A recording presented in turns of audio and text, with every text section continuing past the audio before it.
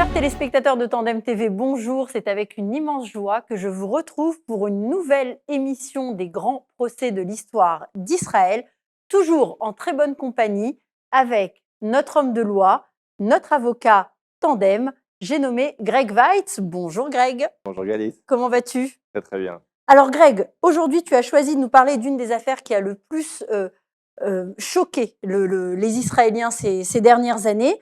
Il s'agit ni d'une affaire de mœurs, ni d'une affaire de corruption, ni d'un fait divers classique. Dis-nous tout. On parle d'une affaire de trahison, d'espionnage. On parle d'une affaire où un ancien ministre israélien est impliqué dans une relation avec le régime iranien. Et c'est quelque chose qui a fait énormément de bruit parce qu'on parle d'un ministre juif et pas d'un ministre arabe. Et donc, en fait, on est arrivé à une situation où aujourd'hui, on a un ancien ministre de l'État d'Israël qui se trouve en prison pour des raisons de trahison, d'espionnage contre l'État hébreu. La première fois. C'est la première fois de l'histoire d'Israël qu'un ministre est accusé et condamné pour espionnage. Alors, ce ministre, c'est Gonen Segev. Gonen Segev est né le 6 janvier 1956 à Kiryat Malachi, enfance classique, officier d'Antsahal. Il termine au grade de capitaine, Seren en hébreu. En 1984, il finit ses études de médecine et il devient donc docteur. Au début des années 90, il entre en politique, devient membre du parti de droite, très à droite, Tzommet. En 1992, il devient donc député sur la liste Tzommet lors des élections législatives remportées par la gauche avec Rabin à sa tête. Il se retrouve donc dans l'opposition jusqu'en 1995, lorsqu'il quitte le parti et donc l'opposition pour rejoindre et consolider la coalition donc de Rabin, dans laquelle il obtient le poste de ministre de l'énergie. Sa voix offre à ce gouvernement donc une stabilité qui lui manquait à l'époque et permet donc d'amener à la Knesset le vote des accords d'Oslo II le 5 octobre 1995. Après l'assassinat, on sait très bien que tout ça a mené malheureusement à l'assassinat d'Yitzhak Rabin en novembre 1995. Et Gonen Segev reste ministre dans le gouvernement mené alors par Shimon Peres jusqu'en 1996, fin du gouvernement et fin de sa vie politique. Et là, c'est le début des problèmes. C'est le début des problèmes parce qu'on a quelqu'un qui rentre un petit peu dans la politique sous une forme de météore. Il devient rapidement ministre. Il a toutes les caractéristiques de l'Israélien qui va réussir. Donc, comme tu as dit, médecin à l'armée, officier. Il arrive en politique, il est ministre. Et puis donc, effectivement, il arrête la vie politique et directement, il passe dans le domaine privé et il devient consultant pour une compagnie qui traite du domaine de l'énergie. Et là, c'est un petit peu là que les problèmes vont commencer. Ça va aller vraiment en crescendo, ça va passer du tout petit problème au très très gros problème. Et donc, sa première rencontre avec la justice devient quand une enquête est menée à son encontre, lorsque la police révèle des relations qu'il avait avec un homme d'affaires du nom de Shaul Azaenberg, qui est un homme d'affaires dans le domaine de l'énergie, qui, a priori, a utilisé les connaissances de ce même Gonen Segev pour essayé d'avoir des appels d'offres en Israël ou en Chine d'ailleurs. Finalement, l'enquête a été fermée pour manque de preuves, manque d'accusation, donc il a été blanchi complètement. Mais disons que c'était un premier jet de son parcours, voilà, un avertissement de son parcours pénal qui va suivre. Et donc, il quitte un petit peu ce rôle de conseiller dans cette société et passe à autre chose. Alors, il passe à autre chose. Et puis, tu es gentil quand tu dis voilà, ce parcours un petit peu pénal. Moi, je dis carrément criminel. Alors, on va faire une chronologie rapide pour arriver au sujet qui nous intéresse ce soir. Donc, en 2003, Gonen Segev séjourne à Hong Kong. Il effectue plusieurs retraits en espèces, donc à des caspomates, à des retraits automatiques. Puis, il appelle la compagnie des cartes de crédit israélienne, Isracard, pour leur déclarer le vol donc, de ces cartes de crédit. Mais, pas de peau, les caméras de sécurité, alors lui c'est vraiment... les caméras de sécurité l'ont filmé en train d'effectuer lui-même les retraits aux jours et aux dates et aux heures dits. Et il est poursuivi donc pour fraude à la carte de crédit. Il est condamné donc à 1 an de prison avec sursis et 50 000 shekels d'amende. Segev fait appel. Alors ça, c'est le début d'une liste d'appels parce qu'il va jamais renoncer à ses droits de faire appel. Il fait appel, sa demande est rejetée, l'amende de 50 000 shekels est donc annulée et il reste avec ses 1 an de sursis. S'en sort plutôt bien pour cette première affaire. Voilà, donc c'est encore soft, on va dire. C'est pas très intelligent de sa part. On pouvait s'attendre un petit peu mieux d'un meilleur niveau d'un ancien ministre quand même, et d'un médecin. Et c'est que le début. Et c'est que le début, effectivement. Mais bon, il s'en sort. Il rentre pas en prison. Il n'a pas une grosse amende. Et il passe à la prochaine étape que tu vas décrire tout de suite. Assez. Là, on était en 2003, pas tellement longtemps après. Il y va tout de suite en 2004. Alors, en 2004, tout de suite après, donc en 2004, Segev est arrêté à la douane sur des soupçons de trafic et importation de pilules d'ecstasy. Sa défense, Greg? Alors, sa défense était assez drôle, on va dire, ou assez infantile. En fait, les pilules d'ecstasy ont été repérées dans des paquets, des sachets d'M&M's. Et donc, lui, il a dit « Ah, mais non, mais pas du tout. Moi, on m'a laissé des M&M's à l'aéroport duquel je venais d'Amsterdam, dans un coffre comme ça, parce que voilà, on m'avait dit que j'allais prendre des M&M's.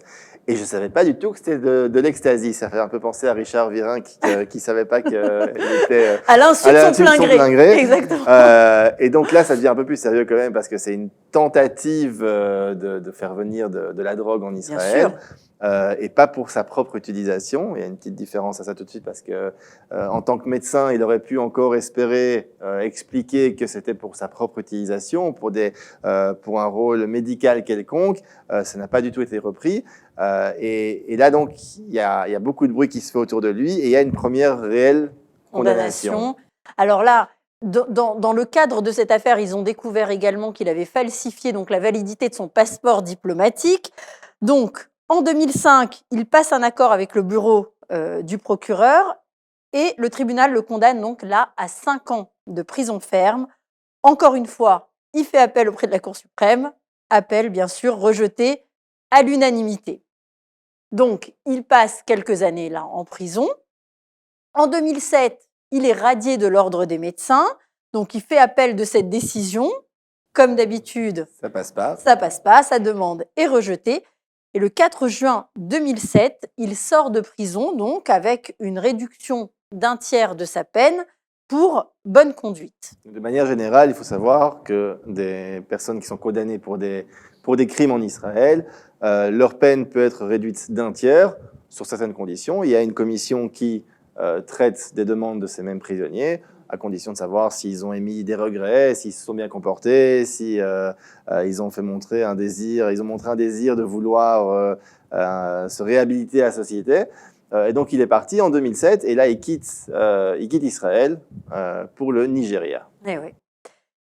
Sauf que en 2008, il est à nouveau poursuivi avec d'autres partenaires de crime pour une histoire de chèques sans provision. Alors lui, le mec, il les enchaîne, les uns après les autres.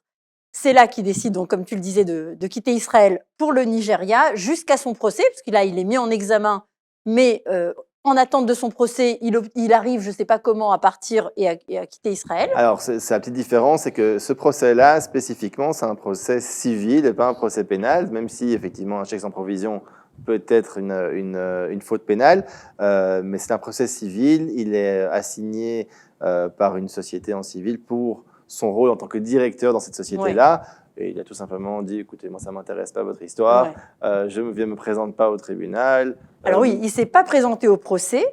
Alors, il part au Nigeria. D'abord, il s'installe comme médecin dans la capitale nigérienne. Il n'assiste pas à son procès, comme tu le disais. Il fournit ce qu'on appelle un affidavit, donc une déclaration sous serment, dans laquelle il donne sa version et dans laquelle il nie surtout toute implication de l'affaire. Mais quand même, en 2012, là, dans cette affaire spécifique, lui et ses petits copains sont condamnés à 1 million de shekels d'amende qu'il ne paiera Jamais. Jamais. Il est au Nigeria. Il a recommencé un petit peu sa vie là-bas. Il est médecin, parce qu'en fin de compte, il reste médecin. Parce que là, il y passe quelques années. Hein. Il Exactement. s'installe, il ouvre une clinique. Tout à fait. Voilà. Et au Nigeria, il essaye un petit peu de se reconstruire, d'avoir une nouvelle vie. Il est le médecin des diplomates un petit peu, donc surtout au niveau de l'ambassade israélienne, qui, de manière assez surprenante, n'a pas fait du tout la relation entre son passé quand même relativement criminel et son travail de médecin. Je pense qu'il raconte dans son histoire que l'ambassade ou le corps diplomatique israélien l'a beaucoup apprécié parce qu'il a sauvé la vie d'un des gardes des gardes de sécurité de l'ambassade. Et donc, il a été là-bas accueilli relativement à bras ouverts. Donc, c'est lui qui traitait le corps diplomatique israélien, mais également le corps diplomatique d'autres pays au Nigeria, y compris ceux de l'Iran. Ouais. Donc, on est dans une situation où il habite donc là-bas, il a des amis, il est accueilli dans toutes les cours, Et c'est à ce moment-là que les vrais problèmes vont commencer pour lui. Alors, il voyage, donc c'est là qu'on soupçonne à ce moment-là, vers 2012-2013, des connexions avec, entre Séguève et les services de renseignement donc, iraniens. Il effectue plusieurs voyages en Iran, aux frais de l'État, iranien bien sûr. Il rencontre des représentants officiels sur place. Il revient au Nigeria, il continue son travail de médecin, y compris toujours auprès de l'ambassade israélienne, bien qu'il commence Alors, selon les soupçons, on pense qu'il commence là à agir en tant qu'agent. Alors, il fournit des infos sur le secteur de l'énergie israélienne, ça c'est plus ou moins établi dans sa condamnation. Et sur les différents corps de renseignement israéliens, ça c'est ce qu'on soupçonne. Il tente de mettre en relation même des citoyens israéliens avec les services de renseignement iraniens. Le Shabak le met sous surveillance. En 2016, lui, il voudrait en fait rentrer en Israël à un moment donné, reprendre sa vie. Et en 2016, il fait une demande auprès du ministère de la Santé pour récupérer donc son droit d'exercer la médecine en Israël. Demande rejetée encore une fois. Et en mai 2018, il est arrêté. Alors, raconte-nous, parce que ça, c'est un petit peu rocambolesque. On dirait un film, en fait. C'est un film, parce qu'il est arrêté donc, à la frontière avec la Guinée équatoriale. On peut s'attendre à ce que dans ce genre de cas, s'il y a un soupçon, il se fait arrêter. Il y a une demande d'extradition. Et comme ça peut se passer dans la plupart des pays occidentaux, démocratiques. Et dans une procédure normale. Dans une procédure juridique normale. Sauf que là, il est carrément il est kidnappé. Il faut appeler un chat, c'est-à-dire que... Il est kidnappé par les services secrets israéliens. Tout à fait. Donc, c'est-à-dire qu'Israël l'envoie, l'arrête, mais au lieu de passer par un système juridique en Guinée équatoriale ou au Nigeria, il monte dans un avion et il arrive en Israël. Et là, il passe devant le juge, son procès en Israël va commencer. Mais toutes les circonstances de son transfert de Guinée équatoriale en Israël sont complètement rocambolesques.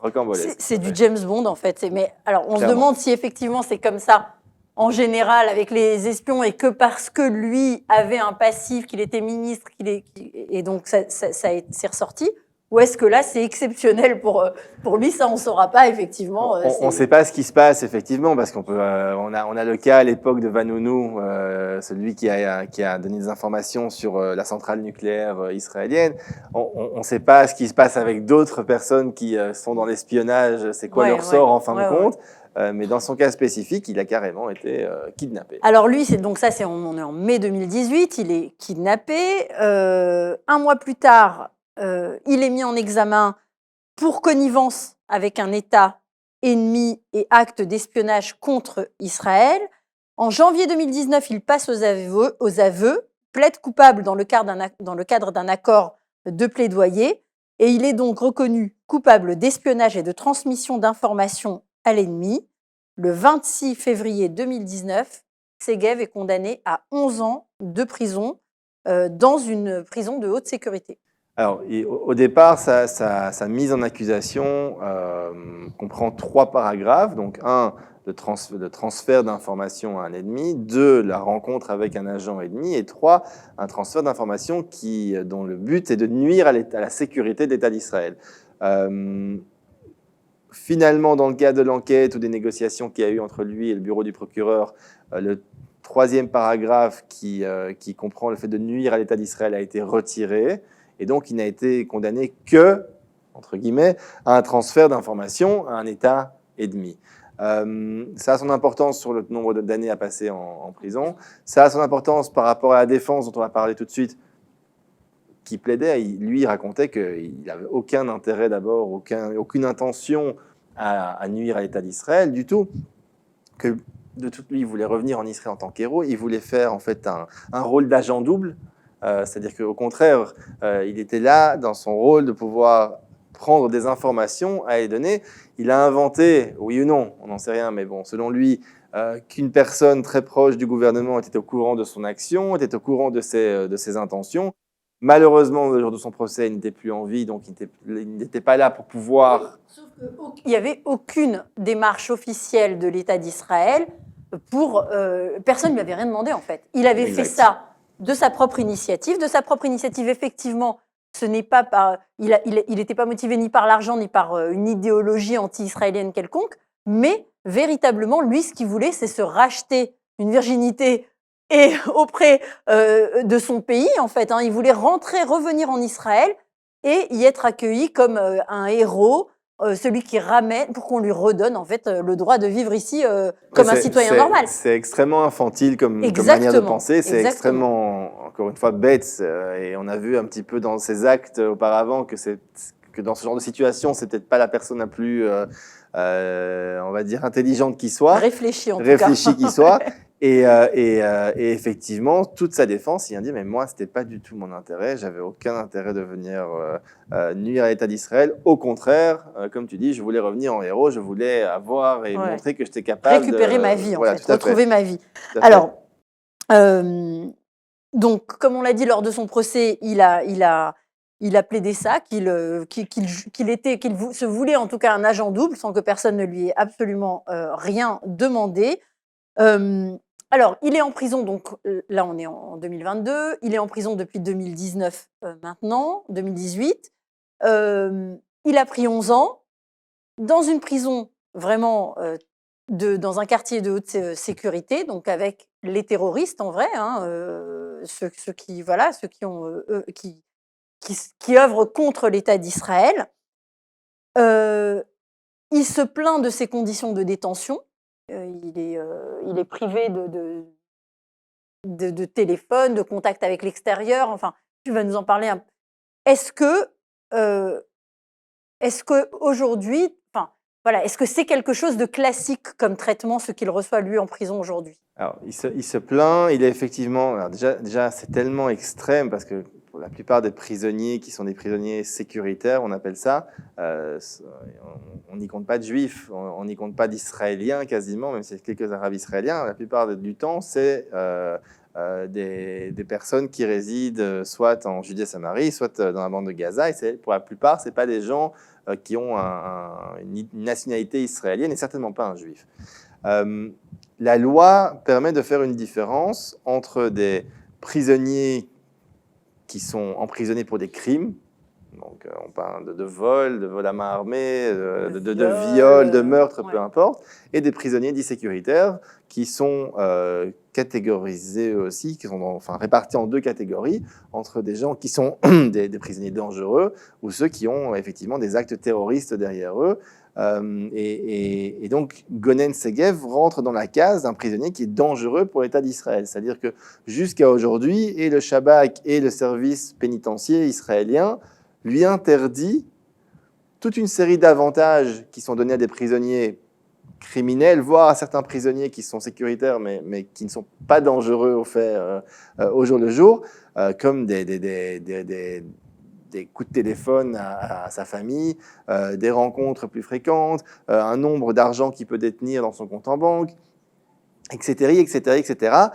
C'est relativement extrême d'un côté, parce que lui, il n'arrête pas de venir dire, mais je comprends pas, il y a des gens qui ont tué, il y a des gens qui ont commis des meurtres. Moi, en fin de compte, j'ai été condamné pour avoir rencontré effectivement un agent ennemi, mais il a été prouvé que je n'ai rien fait contre l'État d'Israël, et je suis considéré comme le plus grand des parias, Ouais. et mes conditions ne sont pas bonnes. L'État ne fait pas ça, enfin, ni le service pénitentiaire, ni l'État ne fait ça de manière libre, c'est-à-dire qu'il y a des directives, il y a une loi, il y a le ministre de la Sécurité intérieure qui convient exactement qui peut faire quoi, il y a les directeurs des prisons ont le droit d'avoir une décision et d'avoir une considération de comment traiter tel ou tel ou tel prisonnier. Mais lui, il se trouve dans une situation vraiment à l'extrême, quoi, parmi les prisonniers les plus on va dire, isolés de la prison israélienne. Alors, ça lui laisse beaucoup de temps, puisqu'il n'a pas le droit de faire grand-chose. Donc, il a décidé d'écrire plus ou moins ses mémoires. Quelques extraits sont sortis dans la presse il y a à peu près un an et demi. Et effectivement, il se plaint de ces conditions extrêmes.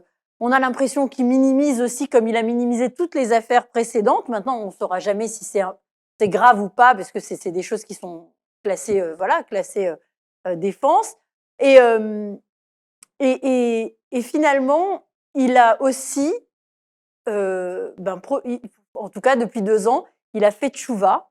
Donc, il est devenu religieux. Aujourd'hui, il s'est excusé aussi dans ses mémoires. Il s'excuse s'il a pu heurter, blesser des gens.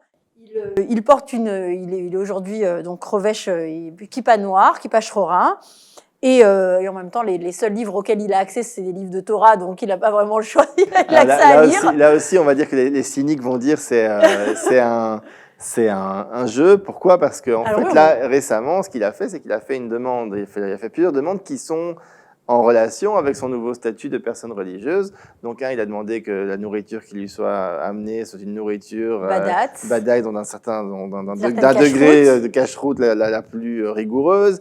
Et là, il est en train de faire des demandes d'être transféré dans un département toranique d'une autre prison, qui est une prison très soft, qui s'appelle Maasiyahu, qui est une prison pour les petits criminels, on va dire, où il y a un département toranique. Moshe Katsav y était, ou des autres personnes comme ça y étaient. Et donc, il est en train de faire des demandes justement pour passer de la prison où il est aujourd'hui à cette prison-là, qui est dans le centre et qui est relativement, on va dire, soft. Oui. Donc, je ne sais pas si ce qu'il fait maintenant, c'est un jeu, parce qu'il se dit, écoute, j'ai encore 5 ans, 6 ans devant moi, 7 ans devant moi, autant tenter ça, il va rien m'arriver. On ne sait pas vraiment.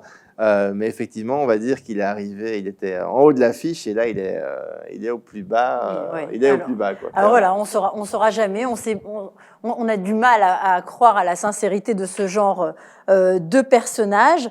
Lui prétend avoir fait énormément de bonnes choses dans sa vie. Alors c'est possible qu'en Afrique, il ait sauvé des gens, sauvé des vies, soigné effectivement, peut-être même, je sais pas, formé des gens. Je sais pas. En tout cas, lui estime que dans la balance du bien et du mal, le bien pèse plus lourd que le mal qu'il a fait.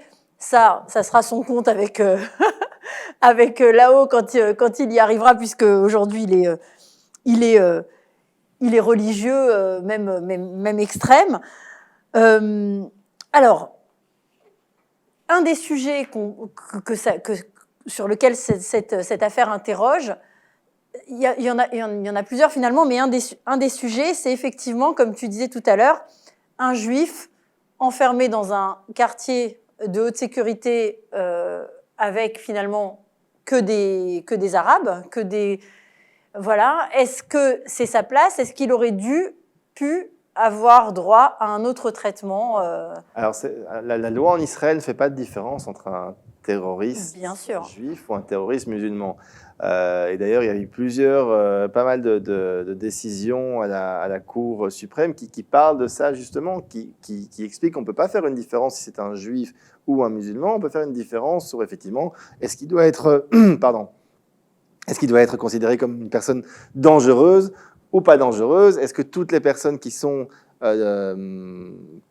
qu'on met dans le cadre de prisonniers sécuritaires sont effectivement des personnes qui sont considérées comme dangereux à l'État d'Israël ou pas.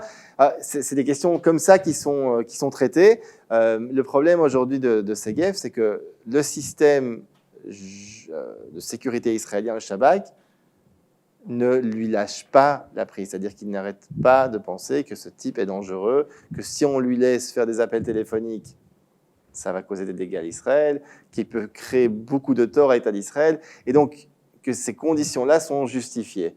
Une petite question qui m'a fait beaucoup interroger dans cette situation-là, c'est effectivement la force du service de sécurité intérieure israélien, parce qu'en fin de compte, on a un État de droit, on a un État démocratique, mais au final, on a une personne qui se fait prendre de force d'un pays étranger pour être ramenée en Israël, et c'est sur base uniquement de leur expertise à eux qu'il a des conditions d'emprisonnement relativement difficiles. Ouais. Donc c'est bon, en même temps, c'était pas, ils n'ont pas été chercher un ange tombé du ciel. Clairement. C'est quelqu'un qui avait cherché un petit peu chaque situation et puis qui surtout avait eu quand même des explications pour chaque acte un peu rocambolesque. Donc peut-être que, bon, écoute, il l'aura bien cherché. En tout cas, moi, il me fait pas de peine, même si peut-être qu'il mérite autre chose. Bon, écoute, il va sortir, il aura encore quelques années. On verra. Rendez-vous peut-être pour la prochaine affaire de Gonen Séguev, parce que rien ne l'a arrêté jusque-là. Donc, on verra s'il continue dans ses fraudes. Merci, Greg, pour cette nouvelle affaire. On se retrouve très vite avec une nouvelle affaire. On va rester dans le cadre de l'espionnage. Tu as donné un petit indice tout à l'heure. Tu as parlé de Vanunu. C'est toujours de l'espionnage, mais c'est complètement différent.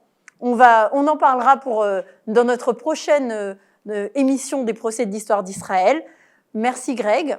Merci Galice. À la prochaine. Merci à vous de nous avoir suivis. Et écoutez, à très bientôt avec un autre procès de l'histoire d'Israël avec Greg sur Tandem. À bientôt.